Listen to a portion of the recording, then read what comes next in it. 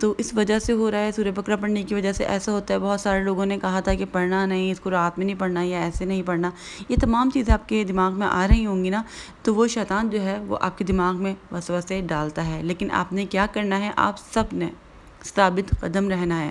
آپ نے یہ نہیں سوچنا کہ سورہ بقرہ پڑھنے کی وجہ سے شاید یہ ہو رہا ہے، آپ نے سوچ رہا ہے کہ شاید میری قسمت میں یہ چیز تھی اور اللہ پاک مجھے اس وقت سے بھی نکال دے گا اور انشاءاللہ سب اچھا ہوگا۔ مجھے اللہ کے اوپر یقین رکھنا ہے، چاہے جیسا بھی وقت ہوگا، جیسا بھی وقت ہے، آپ نے ہمیشہ اللہ کے اوپر یقین رکھنا ہے، کیونکہ اللہ پاک تو وہ ہے نا جو اندھیری رات سے بھی روشنی کر سکتا ہے نا، سب کچھ اللہ پاک کے اختیار میں ہے۔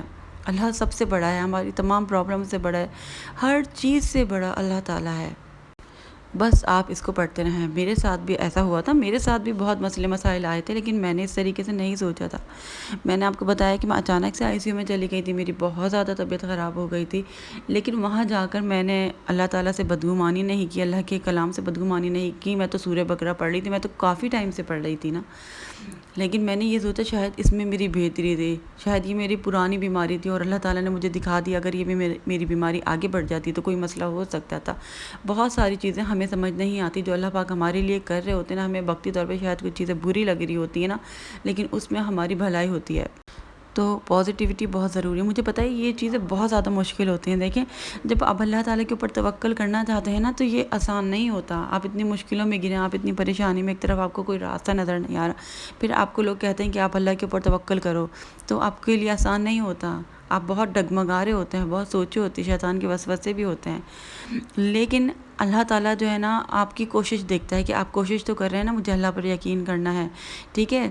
تو آپ پریشان بھی ہو رہے ہوتے ہیں، ایک دم سے آپ یقین کی کیفیت میں بھی ہوتے ہیں، بے یقینی کی کیفیت میں۔ ایسا نہیں ہے کہ آپ کا پورا اللہ پر بھروسہ ہوتا ہے، ہم تو عام انسان ہیں نا، ٹھیک ہے؟ تو ہم تو پورے طریقے سے اللہ پر نعوذ باللہ یقین نہیں کر رہے ہوتے، ڈگمگا بھی رہا ہوتا ہے نا، تو اللہ پاک یہی چیزیں دیکھ رہے ہوتے ہیں کہ میرے بندہ جو ہے نا وہ اسٹرگل کر رہا ہے مجھ پر یقین کرنے میں، لیکن یہ کوشش تو کر رہا ہے نا، یہ بہت تکلیف میں ہے، یہ مشکل میں ہے، لیکن پھر بھی یہ میرے اوپر یقین کرنے کی کوشش کر رہا ہے، تو آپ کی کوشش کا آپ کو اجر ملتا ہے۔ ایک تو آپ کی تکلیف میں جو آپ تکلیف برداشت کر رہے ہیں، آپ کو کتنا اجر مل رہا ہوگا۔ جب میں اسپتال میں تھی نا، میں بہت تکلیف میں تھی اس وقت، تو مجھے ایسا لگ رہا تھا اور مجھے اندر ہی اندر ایک خوشی بھی ہو رہی تھی کہ میرے اوپر یہ تکلیف تو آ رہی ہے تو اللہ پاک میرے کتنے گناہ جھاڑ رہے ہوں گے، میرے کتنے گناہ ختم ہو رہے ہوتے ہیں، کیونکہ اللہ پاک فرماتے ہیں کہ میرے بندے کو ایک کانٹا بھی چبھتا ہے نا تو میں اس کو بھی اس کا اجر دیتا ہوں، اس کے بدلے میں اس کے کتنے گناہ جو ہے نا وہ جھڑ جاتے ہیں، کتنی بلائیں اس کے اوپر سے ٹل جاتی ہیں۔ تو اگر آپ کے اوپر آزمائش آ رہی ہے، پریشانی آ رہی ہے، تکلیف آ رہی ہے، تو آپ برا نہیں سوچیں، اچھا بھی آپ سوچ سکتے ہیں کہ ہو سکتا ہے اللہ پاک میرے گناہ اس طریقے سے ختم کرنا چاہ رہے ہو، اللہ پاک آپ کے درجات بلند کرنا چاہ رہے ہوں۔ تو جتنا آپ نیگیٹو چیزیں سوچتے جائیں گے نا تو آپ جو ہے شیطان کے شکنجے میں آ جائیں گے، بالکل آپ باغی ہو جائیں گے، آپ کی زندگی میں کچھ بھی نہیں بچے گا، یہاں تک کہ لوگ خودکشی کر لیتے ہیں، ٹھیک ہے؟ لیکن اگر آپ پازیٹیو سوچیں گے نا تو آپ دیکھیے گا کہ خود بخود چیزیں آپ کے زندگی میں اچھی ہونے شروع ہو جائیں گی، آپ کا موڈ اچھا ہوگا اور آپ پازیٹیو سوچیں گے اور آپ کو بہت ساری چیزوں کے جو ہے نا حل نظر آنے شروع ہو جائیں گے، آپ کو راستے کھلتے ہوئے نظر آئیں گے۔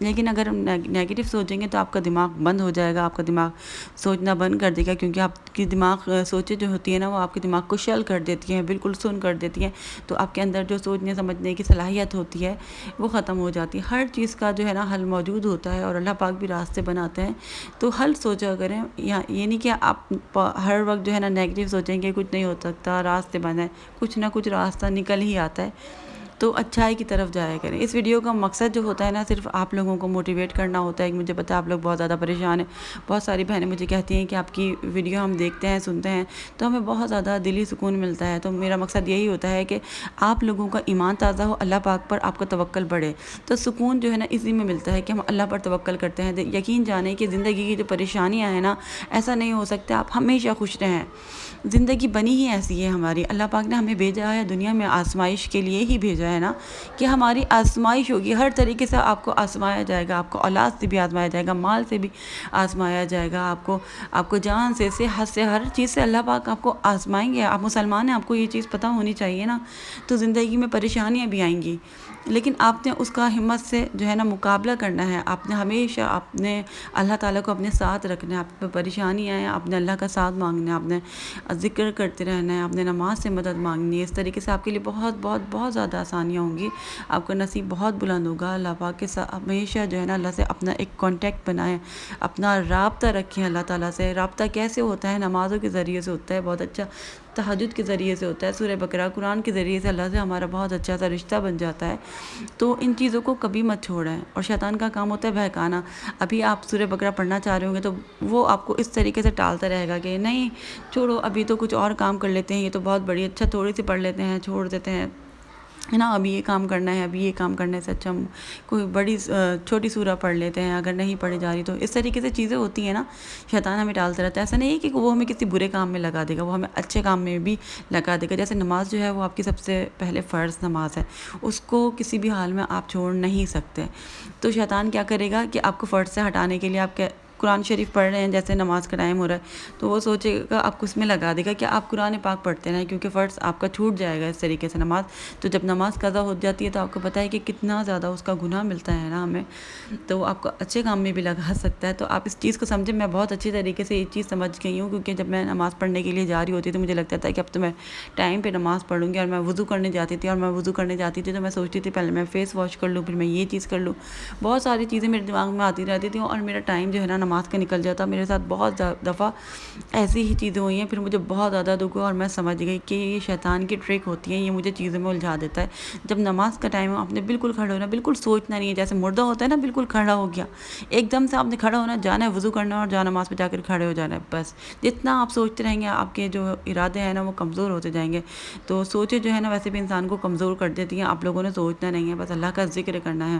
جب آپ سوچیں گے نا ابھی کر لیتی ہوں ابھی کر لیتی ہوں, تو آپ کا ٹائم نکل جائے گا, آپ کی ہمت بھی نہیں ہوگی, اور جتنا ٹائم نکلتا جائے گا تو آپ کو لگے گا اب تو وقت نکلتا جا رہا ہے, آپ کا دل نہیں کرے گا پڑھنے کا. تو ہمیشہ نماز کو جو ہے نا وقت پر فوراً پڑھ لیا کریں, فوراً وضو کیا کریں, جیسی وقت ہو نماز پڑھ لیں. جتنا ڈیلے کریں گے ڈیلے ہوتی جاتی ہیں یہ چیزیں. میں نے اپنی لائف میں یہ ساری چیزیں سیکھ لی ہیں جو میں آپ لوگوں کو بھی سکھا رہی ہوں, اور آپ لوگوں کو پتہ ہوگا. اور بہت ساری اچھے اچھے ٹاپکس پر مجھے آپ لوگوں کے لیے ویڈیو بنانی ہے. پلیز آپ لوگ میری امی کے لیے دعا کیجیے گا کہ ان کا علاج شروع ہونے والا ہے, اللہ پاک ان کے لیے بہت زیادہ آسانی کرے, ان کا بہت آسان علاج ہو جائے. میرے ماں باپ کو اللہ پاک صحت و تندرستی دے, لمبی عمر دے. بس ماں باپ کے دم سے ہی سب کچھ ہوتا ہے. اور آپ سب کے لیے بھی ڈھیر ساری دعائیں کہ اللہ پاک آپ سب کی پریشانیوں کو بھی دور کرے. جتنے بھی پریشان ہیں میں آپ سب کے لیے دعا کرتی ہوں. آپ لوگ مجھے کامنٹ کر کے بتاتے ہیں تب بھی میں آپ لوگوں کے لیے دعا کرتی ہوں, لیکن آپ لوگوں نے خصوصی اپنے لیے دعا کرنی ہے, ٹھیک ہے. جو آپ اپنے لیے دعا کر سکتے ہیں وہ میں نہیں کر سکتی. جو آپ کی فیلنگز ہوں گی, میری وہ فیلنگز آپ کے لیے نہیں ہوں گی نا, تو اللہ پاک بندے کی فیلنگز دیکھتا ہے. کتنی تڑپ کے ساتھ آپ اللہ سے مانگ رہے ہیں, تو آپ اللہ سے تڑپ کے مانگیں, رو کے مانگیں, چپکے سے مانگیں. جس طریقے سے مانگنا ہے آپ مانگیں, اللہ پاک ضرور سنے گا انشاءاللہ تعالی. میرا تو پورا یقین ہے, یقین کے ساتھ مانگا کریں, ٹھیک ہے. تو میری آج کی ویڈیو یہیں تک تھی. امید ہے کہ آپ لوگوں کو پسند آئی ہے تو شیئر کر دیے گا. انشاءاللہ اگلے ولاگ میں ملاقات ہوگی. اجازت دیجیے گا.